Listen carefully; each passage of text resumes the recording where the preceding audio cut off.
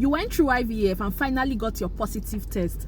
Now you want to secure that pregnancy with a cervical sacrilege, but your doctor is saying not yet. Why would they delay the cervical sacrilege when this baby means everything to you? Watch to the end to find out. In IVF pregnancies, emotions run very high. Every week feels like a miracle. You know what your eyes don't see. Many women want a cervical sacrilege right away to lock that precious IVF pregnancy in. But listen attentively, this is going to be very eye-opening. Do you even know that cervical sacrilege is not just a harmless stitch around the cervix? It's a surgery. And if cervical sacrilege is done too soon, it could cause bleeding, infection, or even trigger contraction, especially in a pregnancy already considered high risk, like IVF. The cervical sacrilege is usually done at the end of the first trimester, usually between 11 to 13 weeks. I'll explain why.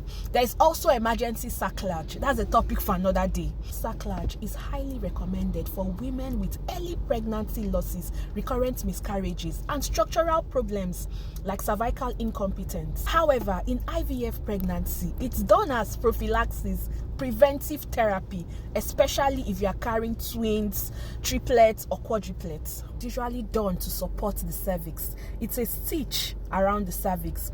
It's done under spinal anesthesia, so you won't feel a pain. You would also be discharged the same day to go home. Now, the first trimester is a very delicate period, especially for IVF pregnancy.